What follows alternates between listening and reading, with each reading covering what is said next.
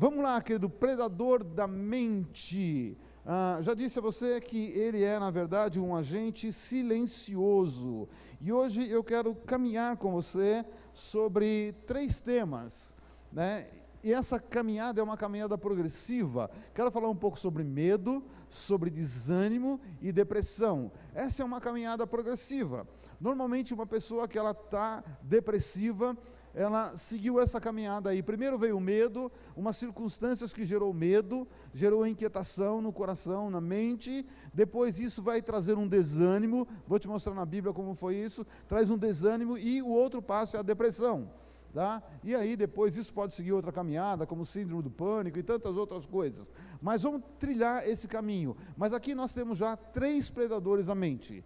Então, esses 3 predadores, o que eles vão causar na mente de uma pessoa e na vida emocional também? É isso que nós precisamos descobrir. Irmão, eu quero ler com você a origem das enfermidades. Onde foi que se originou as enfermidades? Porque muitas vezes a gente pergunta, né? De onde foi fabricado tanta enfermidade, né? Onde estão fabricando tanto vírus? Eu sei que a China hoje está todo mundo acusando a chinesada lá. A gente não sabe, né? Mas eu também não duvido, não. Se tem algum chinês aqui, me perdoe, né? Mas, querido, a gente chega uma hora na vida que você não duvida de mais nada. Sabe que o ser humano vai de um ponto para o outro em 1 segundo, né? Mas vamos lá, vamos continuar. De onde foram originados tantas doenças? Eu vou dizer para você, tudo começa espiritualmente. Tudo começa. Lógico, depois ganha o físico, ganha a parte emocional, tá? Mas toda a origem ela é espiritual. Tá? Ali no Gênesis 3 está falando sobre o começo, a origem de todas as coisas, e aqui fala também a origem das enfermidades. Não é só o que Deus criou, como sol, terra, lua, mar, homem, planta, tal, não, aqui surgiu a enfermidade. Então aqui, de onde surge a enfermidade? Foi Deus que criou? Não, é uma consequência. Aqui depois do pecado, depois que Eva ouve a serpente e ela fala com Adão, Adão dá ouvidos a ela, e aí deu origem a alguma coisa. Eles pecaram, eles desobedeceram. O primeiro pecado não foi contra a santidade de Deus, o primeiro pecado foi contra a autoridade de Deus. Deus disse, não faça tal coisa, eles desobedeceram. Então o pecado contra o princípio de autoridade é um pecado sério. Foi o primeiro pecado que o ser humano conheceu e cometeu, tá? Então eles pecaram e depois se esconderam. Porque todos os dias, a Bíblia diz que na viração do dia, se nós formos olhar para o nosso relógio, aproximadamente ali 6 horas da tarde, Deus descia para conversar com Adão e com Eva, né, para bater um papo, para ver como é que estava. Todos os dias eles tinham um encontro pessoal com Deus. E teve um dia que Deus desceu, eles não estavam no lugar combinado. Nem Adão, nem Eva, não estavam. Deus sabia onde eles estavam? É lógico que sabia. Lógico, não tem nada oculto para Deus. Mas aí Deus chama, porque eles não estavam no lugar, Deus chamou, Deus já começa agora um outro tipo de relacionamento com Adão e Eva. Não era mais aquele primeiro relacionamento, um relacionamento onde Adão e Eva viviam no período da inocência. Eles não sabiam o que era bom, eles não sabiam o que era mal, porque eles viviam o bom sem a existência do mal não dá noção do que é o bom. Mas agora começa um outro relacionamento, não é mais aquele relacionamento inocente, agora começa um relacionamento muito diferente. E aí Deus não desceu, não abraçou, não desceu, ele desceu, mas ele não abraçou, ele não começou aquele diálogo normal. Deus começa diferente, Deus chamou o homem. Nos encontros anteriores ele não precisava chamar, já estava tudo certinho, chegava ali, aquele papo, tal. Aqui Deus chama o homem, e ele pergunta, onde é que você está? Não estava no lugar combinado. E o homem respondeu, ouvi a tua voz no jardim, e porque estava nu, tive medo. Aqui nós já vamos perceber 2 enfermidades da alma. Primeira enfermidade da alma, a vergonha. Porque até então ele não tinha vergonha de estar nu. Ele andava nu, mas era o tempo da inocência, não tinha malícia, não tinha nada disso, então era normal. Mas depois do pecado, ele conheceu a vergonha, a exposição. E aí, quando ele percebeu que ele estava exposto, ele se esconde. Então, a primeira enfermidade que Adão conhece, a vergonha. E é interessante, hoje, quem nasceu de novo, quem tem o Espírito Santo, logo quando nós cometemos um pecado, o Espírito alerta, a gente pede perdão, depois não vem uma vergonha? Vem ou não vem? Irmão, eu vou falar por mim agora, não é com você. Mas existem coisas na minha vida que eu vou olhar no espelho e falar, irmão, você é um cara de pau. De novo, você não tem vergonha na cara. Eu acho que é só comigo, com você não acontece isso. Não, né? Só comigo isso. Mas dá uma vergonha, irmão. Segunda, medo. Por que teve medo de Deus? Se todos os dias ele estava com Deus, todos os dias ele andava abraçado com Deus, e agora tem medo. Medo era algo totalmente desconhecido, mas agora ele conhece o medo. E ele tem medo daquele que é o Pai, daquele que o criou, daquele que sustentava, daquele que dava tudo para ele, tem medo dele. Então aí você vê que quando há um desequilíbrio emocional, que foram duas enfermidades que até agora nós estamos conhecendo, a gente passa a não ter percepção das coisas. Por que ter medo daquele que me criou? Por que ter medo daquele que todo dia vem conversar comigo, quer saber como é que eu estou, daquele que me sustenta? Por que eu tenho medo dele?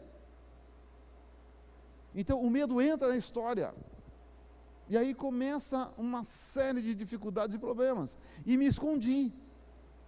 Nunca precisou esconder de nada, nunca. E é interessante que todas as vezes que nós pecamos, o Espírito fala, a gente pede perdão, mas a gente quer o pecado nosso escondido. Ou quando você peca, você está revelando para todo mundo, eu pequei, matei, roubei e tal. Não, ninguém quer isso. A gente quer esconder, por conta da vergonha. Então isso já foi lá no princípio. Perguntou-lhe Deus, o que te fez saber que estava nu? Deus começa como um bom psicólogo, conversando com ele agora, vamos lá, vamos ver a enfermidade da tua alma, vamos ver a origem disso, porque eu quero te curar. Deus sempre vai querer me curar, sempre vai querer te curar. E você vê, é uma coisa interessante, quando eles pecam, e eles percebem que eles estavam nu, o que eles fizeram? Eles pegaram folhas, né, e deram um jeito para tampar as partes íntimas. Quando Deus percebeu aquilo, Deus falou, mas isso aí não adianta nada, essa folha vai secar, isso aí vai cair, não adianta nada. Deus dá pele de animal e faz roupa para eles. Já veio o primeiro sacrifício, para cobrir a vergonha, livrar o homem do frio. Já alguém pagou o preço, um animal foi morto, para que a pele fosse arrancada, para cobrir a vergonha do ser humano. Então ali Deus já estava ensinando também, isso vai ter um preço. Alguém vai pagar essa conta. E nós sabemos quem pagou. Comeste da árvore que te ordenei que não comesses? Percebe, aqui está o primeiro pecado. Então, querido irmão, você pode até pensar, você está falando isso porque você é pastor, o pastor sênior da igreja tal. Não, não é isso não, querido. É porque ama a tua vida, ama a minha vida, e sei que todas as vezes que nós quebramos um princípio de autoridade, uma hora a conta chega. E ela normalmente chega quando a gente não consegue pagar.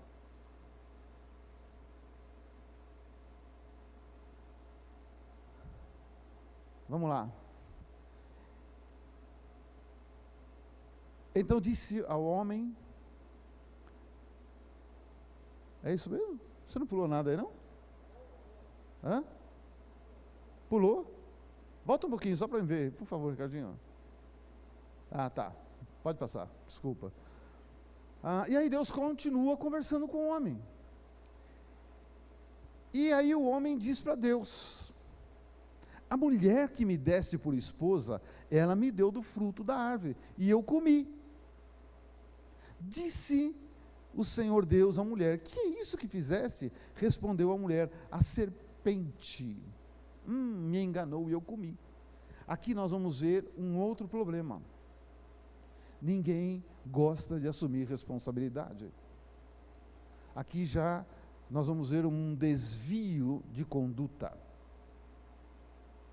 Já começa a afetar o caráter dos dois. E o que mais nós estamos vendo crescer hoje na humanidade é exatamente isso. É o desvio de conduta, caráter deformado.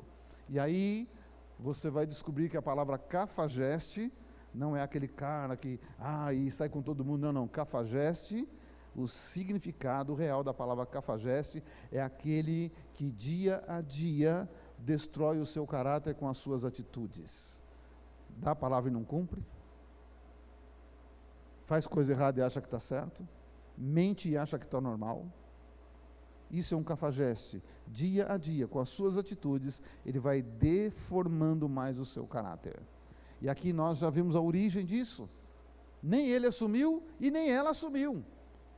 E se Deus pergunta para a serpente vai falar, foi o Senhor que me fez. Tipo assim, a culpa é sua. Não tenho nada com isso. Quem mandou o Senhor me fazer? Como nós passamos por dificuldades, e eu sei que você não faz isso, quando nós passamos por dificuldades, a gente olha para Deus e fala, por que o Senhor permitiu isso? Onde é que o Senhor estava quando isso aconteceu? É justo isso comigo? Ou você nunca pensou assim? Continua me amando, mas que culpa Deus tem das minhas mazelas e das suas mazelas? Quem é que arruma as encrencas? É ele ou sou eu? Para não falar que é você. Irmão, está um silêncio, está tudo em paz. Todo mundo mascarado. Aqui nós podemos ver a origem. E aqui eu quero só fazer um alerta, né? Interessante, querido irmão. Todas as vezes que você dá ouvido para a pessoa errada, você está a um passo do erro. Se Eva não desse ouvido para a serpente, estava tudo bem. Eu não estou dizendo que eu e você, como cristãos, nós vamos viver numa bolha, isolados do mundo. Não. Jesus, quando orou, ele não falou para Deus, tira eles do mundo. Ele não falou isso. Eu não vou viver numa bolha gospel, você também não. Nós estamos inseridos no mundo. Mas o mundo não pode me convencer. Eu que tenho que convencer as pessoas. E aqui a serpente convenceu Eva. Não foi a Eva que convenceu a serpente. Então eu preciso ter esse alerta, eu vou viver no mundo sim, vou estar me relacionando com pessoas que não têm os mesmos princípios que eu tenho, mas eu não vou para o lado dela, ela que tem que vir para o meu lado. Está dando para entender? Então cuidado com quem você anda, cuidado com o que você anda ouvindo, porque isso pode ter um preço lá na frente. Então aqui, e o preço que a Eva pagou, eu pago, você paga, né? A consequência está aí, e o negócio é muito sério, não é brincadeira. Agora versículo 14, para a gente terminar essa parte, versículo 14, então o Senhor disse à serpente, Deus não deu nem chance para a serpente, né? Não falou, o que você fez? Por que você enganou a Eva? Não, Deus já foi, já sentenciou a serpente. Por que ele já sentenciou a serpente? Porque o diabo já tinha aprontado antes, certo? E a lei fora do Brasil é interessante, tem países, e eu conheço um, que o primeiro erro criminal, a pessoa tem direito a pagar fiança, o segundo não tem mais, é só o primeiro. Aqui tem direito para pagar fiança, quando dinheiro tem, uma glória a Deus, né? Deus está mudando o Brasil. Visto que fizesse isto, maldita és entre todos os animais, o quê? Todos os animais o quê? A serpente é doméstica? Você cria cobra em casa? Olha que às vezes você está criando no seu trabalho e não sabe. Criando nas suas amizades e não sabe. Você vê que o relacionamento de Eva com a serpente foi um relacionamento normal. Porque aquela serpente ali, ela até então era uma serpente normal, mas aí houve uma incorporação. A primeira incorporação, quem foi do Espiritismo vai entender o que eu estou falando, a primeira incorporação que teve no planeta Terra foi aqui. O diabo incorpora a serpente. E entra na Terra pelas portas do fundo, isso é uma outra história. E entre todos os animais selváticos, rastejarás sobre o teu ventre e comerás pó todos os dias da tua vida. Se eu perguntar quem que já viu uma serpente, uma cobra, todo mundo já viu, mesmo que não viu pessoalmente, mas você já viu na televisão, você já viu no zoológico e tal e tal. Agora, todas as vezes que você viu uma serpente, uma cobra, ou no zoológico ou na televisão, quantas vezes você viu uma cobra comendo pó? Nunca viu? E por que Deus falou para ela, agora você vai comer pó? Presta atenção nisso, lá na frente nós vamos tirar essa dúvida aqui. Será que Deus errou? Ou a cobra desobedece até hoje? Vamos continuar. Vamos lá. Eu fiz uma frase, coloca para mim, Ricardinho, por favor. A primeira enfermidade não foi no físico, foi no psicológico, foi no desvio de conduta e o caráter. Medo, vergonha e responsabilidade. Então aqui, querido irmão, começa uma série de enfermidades, depois vem aquela somatização que eles falam, aí ganha o físico, aí é outra história, é mais longa esse papo, não dá para ver agora. Mas a primeira enfermidade, a primeira doença que entra foi uma doença psicológica.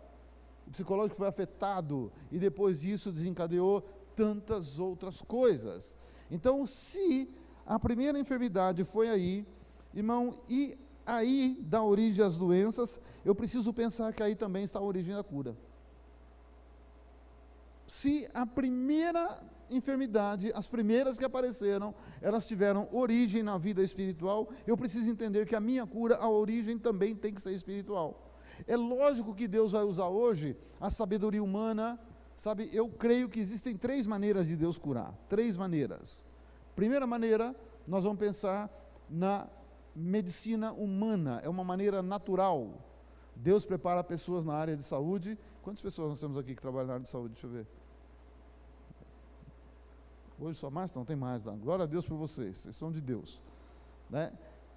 É natural, mas foram pessoas que se prepararam, adquiriram um conhecimento, uma sabedoria que nós não temos. Então, hoje eu fui no médico, né? Aleluia, não vou falar dessa parte não. Vamos pular essa parte. Eles sabem o que estão fazendo ali. E Deus pode usar a medicina humana, sim, sim. E usa para curar as pessoas. Essa é a primeira maneira. A segunda maneira, eu vou dizer para você, é a cura pela fé. É uma cura progressiva. Eu acredito que tenho quando não tenho. Eu acredito que estou saudável quando eu não estou.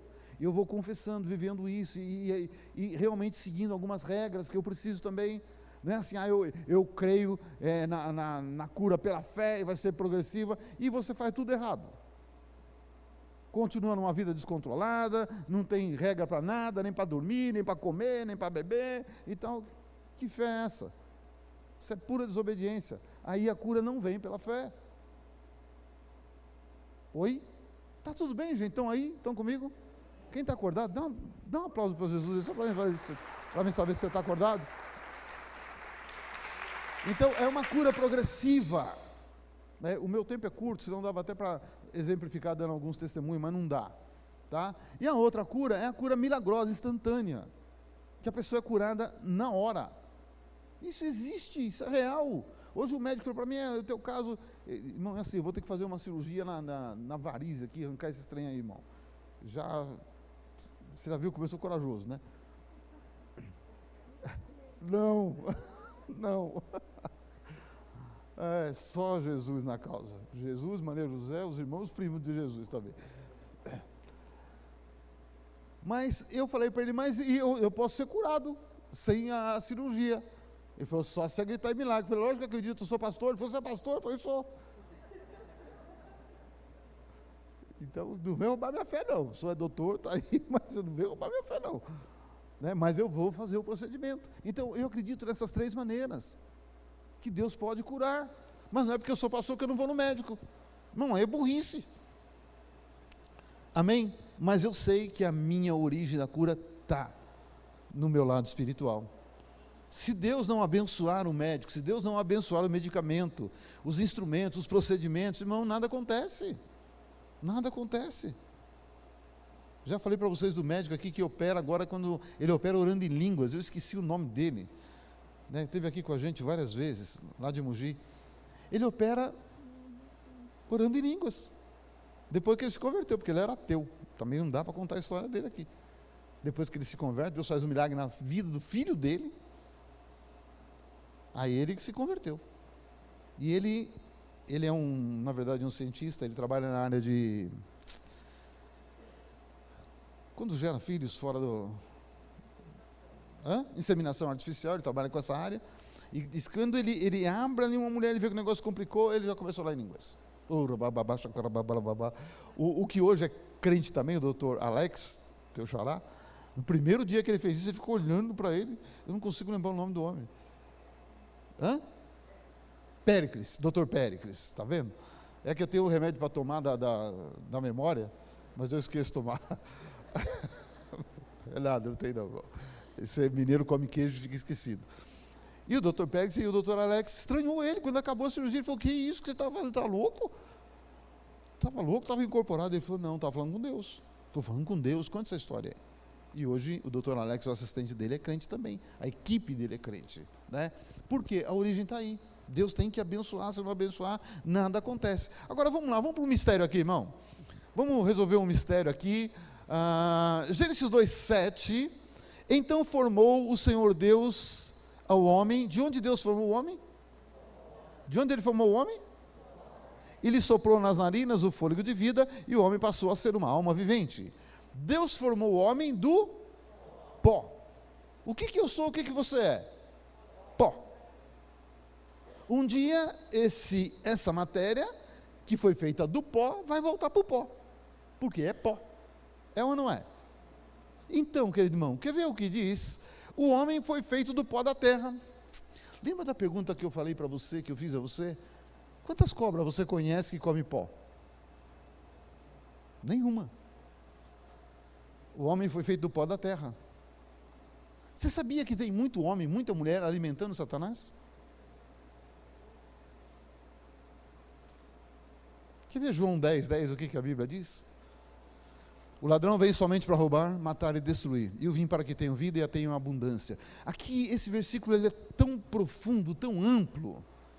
Irmão, a Bíblia diz que o ladrão, eu sei o conceito de ladrão que está no contexto, mas aqui eu vou falar para você de Satanás. Ele é o ladrão, ele veio para roubar, matar e destruir. Mas Jesus diz, eu vim, o meu ministério é diferente do dele. O que ele faz, eu desfaço, porque eu vim para desfazer as obras do diabo. Eu desfaço o que ele faz.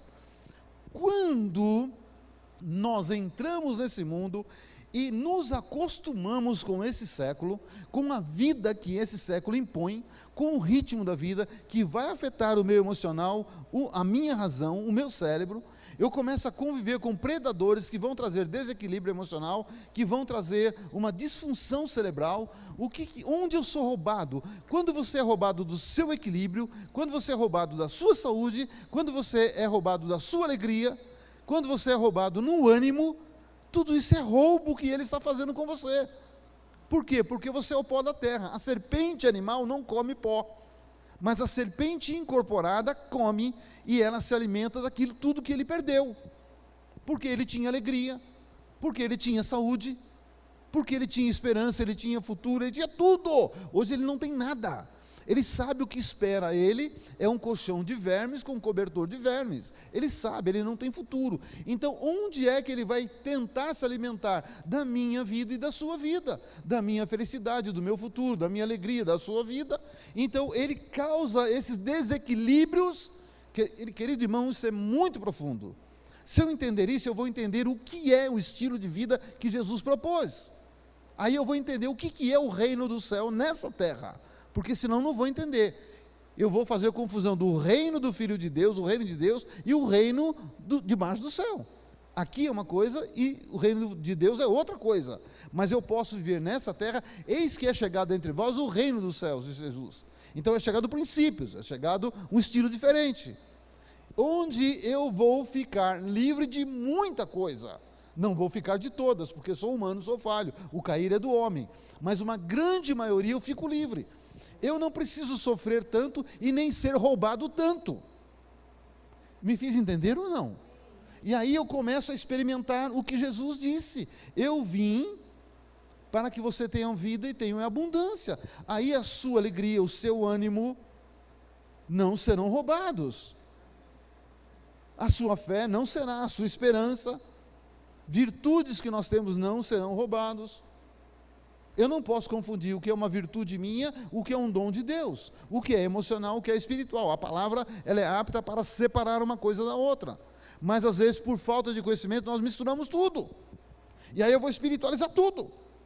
E quando nem tudo é para espiritualizar. Você dá uma martelada no dedo, está martelando errado, alguém te chama lá, você dá uma desviada e está com o martelo, você vai repreender o diabo? Foi o diabo que martelou o seu dedo? Não, foi a sua falta de atenção, ou a sua mira errada. Pensou que o seu dedo fosse a cabeça do prego, e não é. Então eu preciso entender as situações. Está tudo bem, irmão? Estou me fazendo entender aí? E todo desvio de conduta, toda tentativa de encurtar caminho tem um preço. Está tudo bem? Vamos lá, querido, eu preciso correr agora. Vamos pensar numa coisa, num profeta. Satanás se alimenta do homem, tá? Elias, o profeta que foi pego pela alma. O grande homem de Deus. Deus não fazia nada na terra sem antes falar com ele. Ele era o profeta do momento. Era para chover com ele, era para parar de chover com ele, era para cair fogo do céu, era com ele. Era para matar os falsos profetas, era com ele, tudo era com ele. Ele era o profeta do momento, mas ele foi pego pela alma. O profeta do momento, aquele que matou 850 falsos profetas, porque 450 é uma turma, hein? Tem outra turma lá, você vai estudar a Bíblia, você vai ver que tem muito mais profeta. A Jezabel levantou tanto falso profeta, irmão, tanto, que a mulher construiu um exército de falso profeta.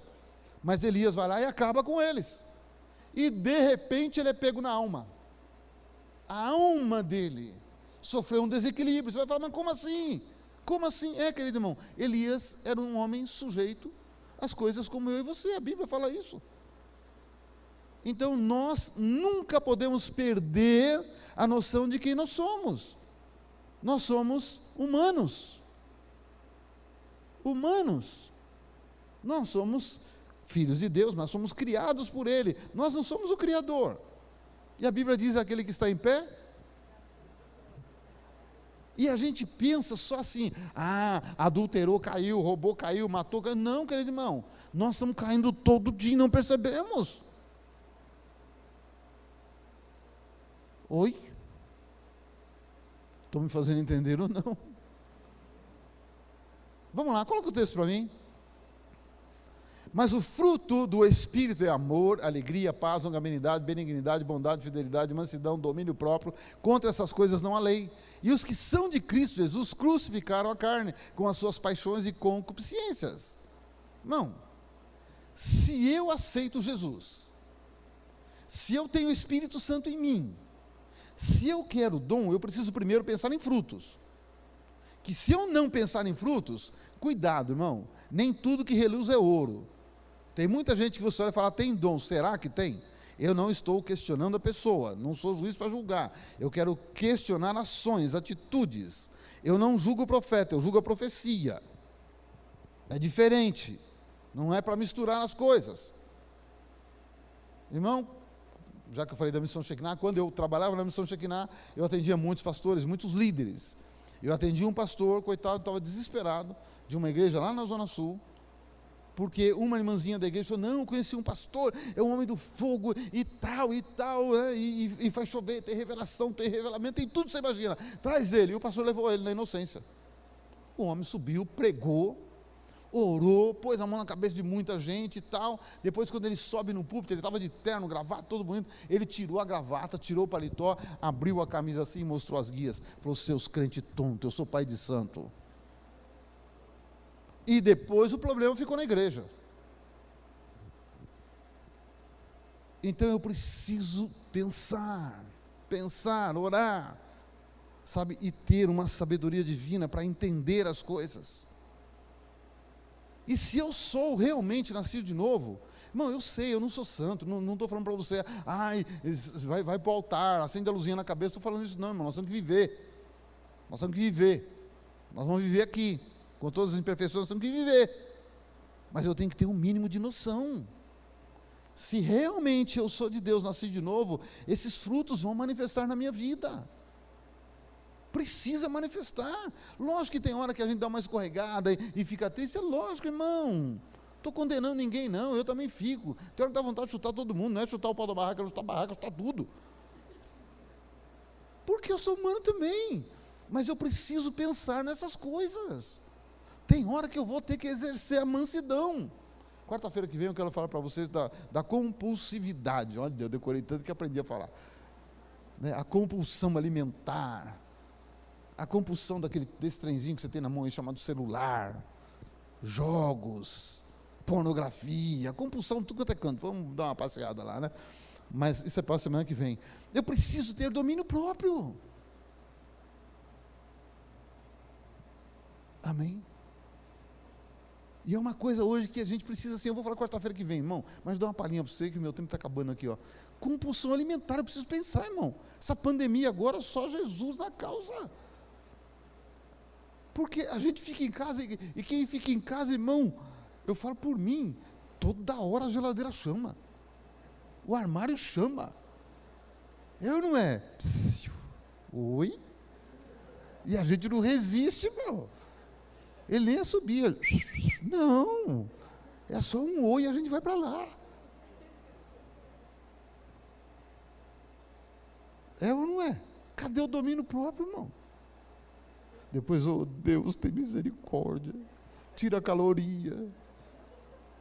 Aí ele, olha, filho, eu vou te dar 1 litro de óleo para você passar na cara.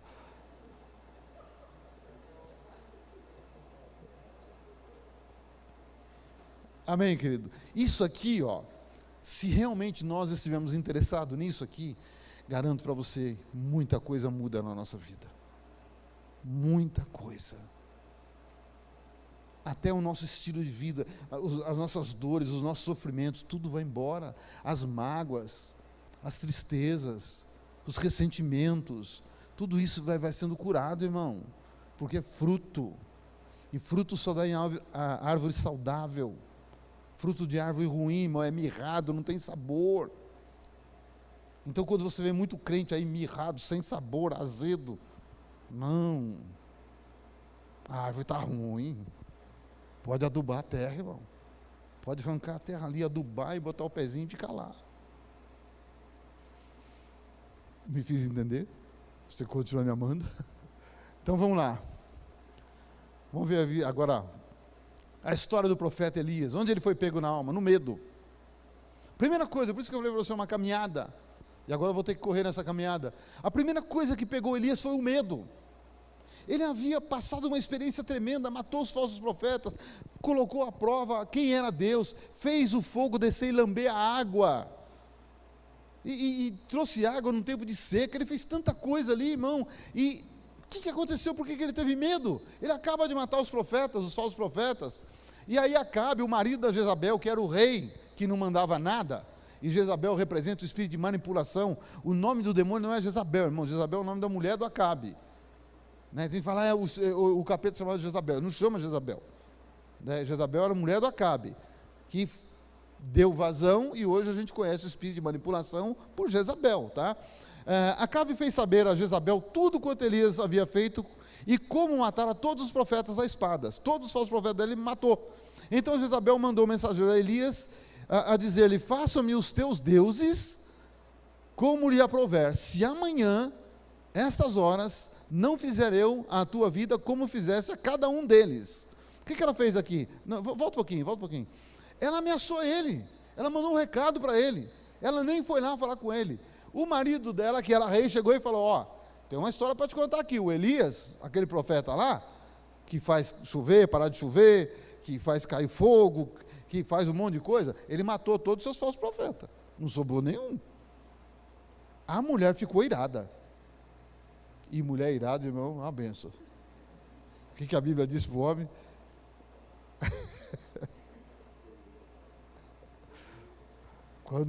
Cadê os homens aqui? Estão aí? Cadê os homens? Irmã, fecha os olhos para você não ouvir. Marido, vou te dar um conselho: se você chegou em casa, a tua mulher está irada, fica quieto, sai de fininho e volta mais tarde, porque você corre risco. Tudo bem? Hã? Não entendi. Por isso que eu vou falar pouco. É para não correr tanto risco. A Bíblia diz que quem guarda a sua língua, livra a sua alma no dia da angústia, né? Então, vamos lá. E aí, ele fala para ela, matou, e ela ficou irada. Já mandou o recado para ele. Fala para esse Elias aí, que assim como ele fez com os meus profetas, amanhã, essa mesma hora, ele está morto. Eu cato ele e acabo com ele. Ele vai ver só. Irmão, a mulher colocou toda a ira dela, todo o ódio, toda a raiva na mensagem. Quando a mensagem bateu no Elias, irmão, a mensagem chegou carregada. É que nem o vírus, né? Quando bate alguém e entra, está carregado de coisa ruim. A mensagem dela estava carregada de ódio, de tanta coisa ruim, que bateu no grande homem de Deus e derrubou o homem. Bateu nele, vamos lá, coloca para mim o 3. Temendo, pois, Elias, irmão, ele havia acabado de colocar à prova quem era Deus e quem não era. Ele colocou a prova e falou: quero ver se Deus é Jeová ou se Baal é Deus. E Jeová provou que era Deus. Fez um negócio tremendo ali. Agora ele está com medo da palavra de uma mulher, feiticeira, manipuladora, mas a palavra veio carregada. Então, cuidado com palavras que vêm carregadas. Existem palavras e existem palavras. Não sei se vocês já perceberam isso. E a palavra dela chegou carregada. Aquilo provocou um medo no Elias. Levantou-se para salvar a sua vida. Irmão, Deus já tinha guardado ele. Deus já tinha protegido ele. Não foi só essa vez não, tantas outras. E agora ele fica com medo do recado de uma mulher. O medo entrou nele. O medo entrou carregado. Carregado, o que ele fez? Se foi, chegou a Berseba, que pertence a Judá, e ali deixou o seu moço. Ele estava com tanto medo, ele falou: se tiver que morrer, eu vou morrer sozinho, mas não quero que o rapaz morra comigo, fica aí. E foi embora. Quantas vezes nós somos prejudicados pelo medo? E cuidado com o medo, porque tem um homem na Bíblia, um irmão nosso, que ele diz assim: o que eu mais temia? Irmão, não vou espiritualizar, vou falar uma coisa aqui, depois você vai falar que eu sou herege, mas pode falar. Irmão, tem coisa que atrai. O medo atrai, irmão. Por isso, se você é medroso, fala: Deus, em nome de Jesus, tira esse espírito de mim. Manda esse negócio embora. Porque o medo atrai, chega uma hora que o que mais teme acontece. Parece que o medo fica procurando. Ah, é você. Vou lá. É ou não é? Então, Elias, o primeiro caminho dele foi esse, medo. Ele entra num caminho perigosíssimo. Então, cuidado, irmão. O medo, ele começa normalmente por uma notícia ruim. A notícia chega. Por isso que a imprensa do mundo só gosta de dar notícia ruim. É muito difícil você ouvir uma notícia boa. Morreu tanto está doente, mas não fala quanto está curado, né? Não fala quantos voltaram ao trabalho, não, está acontecendo. Por quê? Porque quer pôr medo na mente das pessoas, medo, e aí todo mundo fica amedrontado, aí vê demônio onde não tem. Então, querido, eu preciso ter uma resposta para o medo, e quando eu tenho fé, fé é contrária ao medo. Fidelidade, a palavra fé, a origem dela é fidelidade. E um dos frutos do Espírito é fidelidade. Se eu sou fiel a Deus, eu vou ter fé. E fé, ao contrário, é o medo. E se eu aprendo a andar em amor, eu lanço fora todo o medo. Você percebeu onde está o remédio? Agora eu preciso entender o que é amor. É uma outra pregação que agora não dá para falar. Amor não é o que as pessoas pensam. Ai, suspirou, arrepiou. Tem nada disso. Amor é muito mais profundo. Mas vamos lá, vamos ao segundo passo. Jeová, está acabando a minha hora. Porque depois do medo vem o desânimo. Vem o desânimo. Eu coloquei essas fotos. Não, volta a foto para mim. Ali onde está a palavra desânimo, é um fruto. É um frutinho, pequenininho. E a árvore que está ali do lado, lá em Israel, naquela origem, lá no Oriente, ela é conhecida como zimbro. Esse é o famoso zimbro. Para nós aqui no Brasil seria o cipreste. Só que o nosso cipreste, ele vai embora, né? Estica, cresce para show. O deles, não. Isso aqui é um zimbro grande. Normalmente ele abre e é baixinho. Tá? Então você vai entender onde Elias foi curtir o seu desânimo. O desânimo leva a pessoa a procurar um lugar para descansar. Está desanimado, está fraco, está abatido. Então ela quer uma sombra, quer um lugar, quer um colo para descansar. Vamos lá no texto? Rapidinho, por favor, agora. E aí Elias sai, eu estou na sequência do que nós lemos, tá? Eu parei no 3, agora o 4. Ele mesmo saiu, deixou o rapaz lá e foi embora. Então ele sai do estágio do medo e ele avança na caminhada dele, ele vai para o desânimo. Ele mesmo, porém, se foi ao deserto o caminho de um dia, e veio e se assentou debaixo de um zimbro, e pediu para si a morte, e disse: basta, toma agora, ó Senhor, a minha alma, pois não sou melhor do que os meus pais. Deixa um pouquinho esse versículo. Irmão, ele olha para Deus e ele quer morrer, ele pede a morte. Certo ou não? É o que está aí ou não? Me ajuda a pregar. Sim. Se ele quisesse morrer mesmo, não fugia de Jezabel. Ele fugiu dela por quê? Ele foi ameaçado do quê? Ué, agora vai lá e pede para Deus matar ele. Então fica lá, deixa Jezabel te matar. Você percebeu a confusão? O que é um desequilíbrio emocional e da razão? Perdeu a razão. Se não quer morrer, fica lá, Jezabel, eu estou aqui. Eu vou fazer um alvo aqui. Fica lá. Mas ele estava desequilibrado. Ele sai do medo e entra no desânimo. Por favor, coloca o outro, Carlinhos. Deitou-se e dormiu debaixo do zimbro. Eis que um anjo tocou-lhe e disse: levanta-te e come. Aí Deus entra. Quando você é um filho de Deus, uma filha de Deus, e você busca os frutos do Espírito, Deus está de olho em você. Deus está de olho em você, um olho bem grandão. Por quê? Porque Ele quer que você permaneça, não que você caia. Vocês estão comigo aqui ou não? O meu tempo acabou. Tenho mais 10 minutinhos? Tenho. Você vai continuar comigo? Orando por mim, não vai orar contra mim? Então vamos lá. Acrescenta mais 10 minutos aí. Por favor, valeu. Não sei quem está mexendo no trem aí.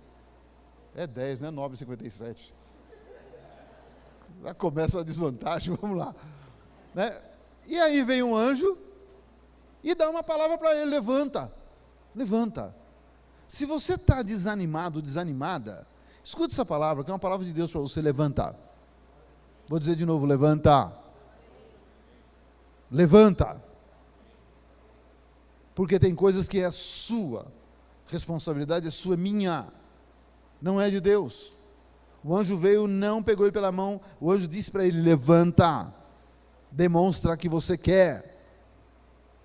Porque Jesus, para algumas pessoas que ele foi curar, ele perguntou: o que você quer que eu te faça? Estou aqui, e aí? Então eu preciso demonstrar a minha vontade. Levanta e come. Eu preciso me alimentar. Preciso me alimentar fisicamente, com um alimento que vai gerar energia, e preciso me alimentar com um alimento que vai gerar uma energia que nós chamamos de fé. Eu preciso me alimentar normalmente, café da manhã, almoço, janta, sem exagero, sem chocolate, sem essa tranqueirada toda. Mas eu preciso me alimentar da palavra, porque a palavra ela vai ser transformada aqui, ó. Tem um metabolismo aqui que transforma a palavra em fé, que é para mim realmente vencer as minhas lutas, tá? E ele olhou e viu junto à cabeceira pão cozido, interessante o que ele viu, né? Pão cozido sobre pedras em brasa. Guarda isso aqui, no final você vai ver o que significa isso. E uma botija de água. Comeu, bebeu e tornou o quê? Está desanimado, coitado. Você dá comida, manda despertar, ele desperta, come e parecia um bebê, barriga cheia, acabou de mamar e foi dormir. Vamos lá, tem mais? Voltou segunda vez o anjo, tocou e lhe disse: levanta-te e come. O anjo é paciente. Veio duas vezes: levanta e come, porque o caminho te será sobremodo longo. Você está pensando que acabou? Não acabou, tem muita coisa que Deus quer fazer usando a sua vida, Deus quer fazer na sua vida, e depois vai usar a sua vida. Foi o que ele disse para Elias e o que ele está dizendo para você hoje, que está em casa, e para você que está aqui. Não acabou, tem muita coisa ainda que Deus quer fazer com você. Então, vamos lá, ânimo, ânimo. Comeu, bebeu, e com a força daquela comida, presta atenção, quando você come, aquilo ali vai gerar uma energia no seu corpo que vai durar por um tempo. Amanhã você vai tomar café da manhã de novo? Vai comer aquele pãozinho com manteiga crocante? No almoço você vai caprichar? Por quê? Porque vai consumir. Agora, você quer ler Bíblia só no domingo e na quarta-feira, irmão? E aí você vive fraco espiritualmente falando. Você não repõe. E é interessante, caminhou 40 dias e 40 noites, 40 é um número interessante, né? E vai até Horebe, o monte que Deus falou com Moisés, o lugar onde Deus fala, né? Você que está ouvindo essa palavra, é o lugar onde Deus fala. Você está no Monte Horebe, lugar onde Deus fala, está falando com você, presta atenção nisso, não perde esse alimento. Você que está em casa não sai para tomar café, café deixa para depois. Eu estou apertado, segura, aguenta. Por quê? Porque Deus queria mudar a vida dele. Deus falou, é um tempo de mudança, porque 40 significa mudança. Então Deus estava falando com ele, uma comunicação toda espiritual. Ei, você tem uma caminhada ainda, esse alimento vai durar 40 dias, 40 noites na tua vida, vou te levar até um monte e ali muda a sua história. E foi isso que aconteceu. Vamos lá correr, me ajuda aí. Depois disso veio a depressão nele. Deus falou, eu vou mudar a sua história, mas antes de mudar a história dele, do desânimo ele foi para a depressão, porque ele sai debaixo do zimbro, ele sai da sombra, e vamos lá, vamos ver onde ele entrou, porque a depressão causa isso. Entrou numa caverna, onde passou a noite, e eis que lhe veio a palavra do Senhor, e disse, lá não é o anjo mais, o anjo sai de cena, o próprio Deus vem falar com ele. Existem estágios na vida, existe princípio de autoridade. Quando ele entrou na depressão, Deus falou, agora é comigo, deixa que eu vou lá, agora não precisa de você não, hoje eu vou lá e vou falar com ele, sou eu que falo com ele. Ele disse, o que você está fazendo aqui, Elias? O anjo foi e falou para ele, vai, levanta e anda. Deus falou, o que você está fazendo aqui? É que nem ele falou para Adão, onde você está? Quem é filho de Deus? Quem é filha de Deus? Só a gente sozinho aqui. Deus está falando para você o que você está fazendo da tua vida. Como é que você vive a tua vida? O que você espera da tua vida? Porque Deus não falou 40 dias, 40 noites, vai até o monte que eu vou falar com você. Deus está dizendo o que você espera da tua vida. Agora é sério, irmão. O que você espera da tua vida daqui para frente? Qual o seu projeto de vida para daqui 2 anos, 3 anos, 5 anos? Deus sabe. Não, querido irmão, a nossa parte é fazer planos. A resposta certa vem da boca do Senhor. Mas a Bíblia não diz que você não tem que fazer plano. Se o Senhor não guardar a casa, em vão vigia o sentinela. Deus não mandou tirar o sentinela. Deixa o sentinela lá, mas eu guardo. Então tem coisa que eu faço, tem coisa que você faz, tem coisa que Deus faz. Aquilo que é para mim fazer, para você fazer, Deus não fará.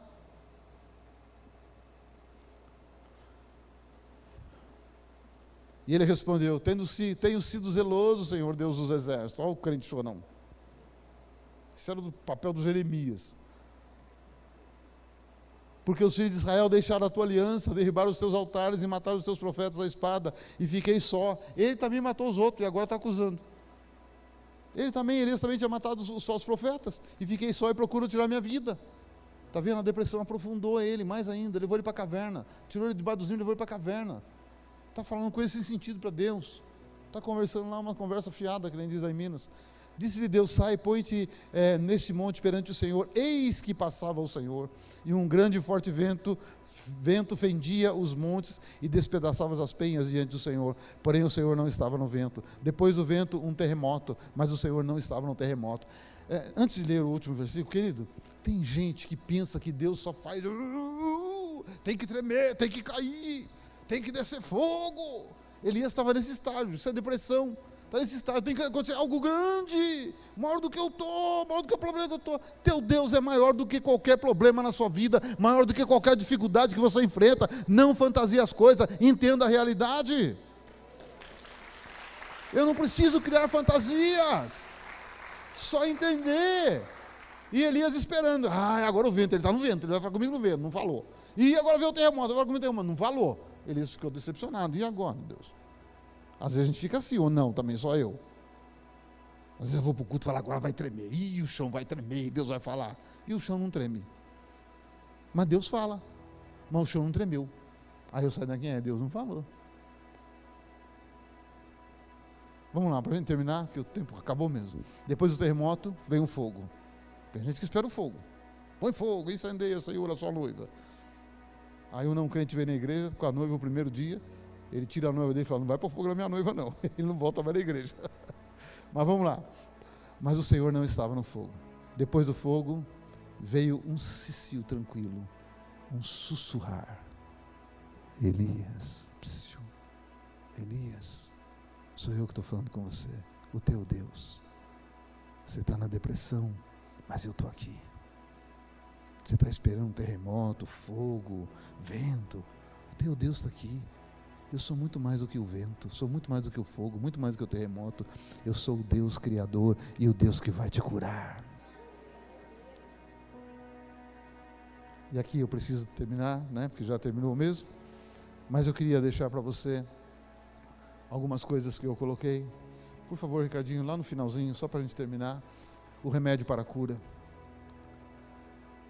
Não, coloca o primeiro. Você já foi para o final, filho. O remédio para a cura tem uma coisa antes. Pão cozido sobre a pedra em brasa.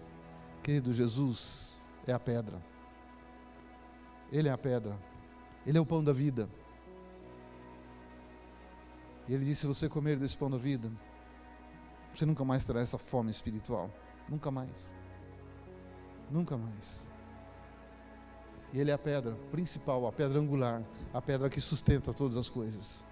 Um dia eu explico para você o que é pedra angular. Ele que sustenta todas as coisas. Então, querido, se você quer cura, Jesus e a sua palavra, isso é cura. Deixa ela entrar em você, dia a dia. Botija d'água. Jesus uma vez disse para a mulher: se você beber dessa água, nunca mais você terá sede. Só a sede espiritual cessa. Jesus e a palavra é a água da vida. E agora, para terminar, o que você vive hoje não é o seu fim. O melhor de Deus ainda está para acontecer na sua vida. Foi exatamente o que Deus fez com Elias. Quando Elias pensou que estava acabado, Deus falou: não está. Você ainda vai ungir um rei que vai matar Jezabel, né? Você vai ter que fazer sucessor, você vai ter que fazer muita coisa. Por isso que o anjo disse para ele: a sua caminhada é longa. É por isso que eu estou dizendo a você: a sua caminhada é longa. Se alimenta da palavra, se alimenta de Jesus, sua caminhada é longa. Deus não te chamou, o Espírito não te convenceu para você ser um derrotado, uma derrotada. Deus tem coisa melhor para você. O ladrão é um, o que dá vida é outro. São ministérios totalmente diferentes. Querido, o nosso horário já está avançado. Eu queria ministrar com algumas pessoas, mas eu vou deixar para o final isso. Se você está aqui hoje e você normalmente é visitado pelo medo, normalmente, ou você está desanimando da vida, não é desanimando a igreja, não, desanimando a vida. Tem gente que chega a um ponto e diz: não vale a pena viver mais, não quero mais, chega. Se você já está desanimando de tudo a vida, se você não tem um olhar para o amanhã, se o seu olhar é só para trás, sabe, é com você que Deus quer conversar. É com você. Elias estava assim. Elias não tinha mais um olhar para o futuro. O olhar dele era o fim. Era o fim de todas as coisas. Mas Deus não quer o teu fim antecipado, porque Ele tem planos com você. Tem planos para você. Ele tem uma sequência, tem coisas grandes para você. Então eu vou te pedir: não saia daqui. Depois os pastores vão estar aqui. Eu vou ter que sair, eu preciso conversar com uma pessoa, mas os pastores vão estar aqui passando óleo na sua mente. E para algumas pessoas, se estiverem chorando muito, se for mulher, eu vou pedir para as mulheres: coloca óleo e coloca a mão no coração dela. Se for homem, você pastor ou um líder, coloca óleo na sua mão e põe no coração dele.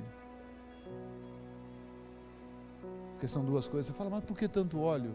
Eu não quero que você leve para o lado místico. Vou contar só uma experiência que nós tivemos na igreja do Rio de Janeiro. Na igreja do Rio de Janeiro, há muitos anos atrás, a mãe da moça que era líder do louvor, hoje ela não está lá, mas não é líder do louvor. Eu posso falar porque na época ela me autorizou, a mãe da Lu. Ela de repente ficou completamente louca. Louca de andar nua na rua, de não falar coisa com coisa. Internaram ela no hospício, o hospício devolveu, não tem o que fazer, fica com ela em casa. E aí ela levou a mãe dela na igreja. Irmão, eu fiz 7 semanas, 14 semanas, 21 semanas, 300 semanas e nada adiantava. Eu falei: Lu, tudo que eu sei, que eu aprendi, eu fiz. Nada resolveu, nada. Eu falei: Deus, e agora? Aí dá aqueles relances assim. Eu falei: Lu, todas as vezes que você abraçar sua mãe, unge a testa dela. Todas as vezes, todos os dias. Todos os dias. A mãe dela estava completamente desenganada. E depois ainda pegou uma enfermidade, os dentes caíram, ela fazia um barulho como de porco. Era uma coisa horrível. Horrível, horrível. Não tinha remédio, não tinha nada. E a Lu foi fazendo isso. 2 anos depois, a mãe dela começa a melhorar. E as últimas vezes que eu estive lá no Rio, vou voltar lá. Uma alegria tão grande ver a nossa irmã Maria, diaconisa, uniformizada. Deus, tem coisas que não dá para explicar. Mas eu quero viver isso na vida. Tem coisa que eu não quero explicação. Eu quero vida. Pai, que a tua graça continue sobre nós. Ó Deus, eu não sei a vida de cada pessoa que está aqui, que está em casa, eu não sei a situação. Mas eu sei o teu poder, eu sei o teu amor e a tua graça. Deus querido, que essa palavra tenha entrado nos corações e que essa palavra possa produzir frutos de vida, frutos de cura, de libertação. Espírito Santo, pega nessa palavra e age nos nossos corações, nas nossas mentes. Faz o que precisa ser feito, porque nós estamos ouvindo a palavra do Pai, porque nós queremos ser curados, nós queremos ser livres. No nome de Jesus, nos abençoa nessa noite. Se você concorda comigo, diga amém.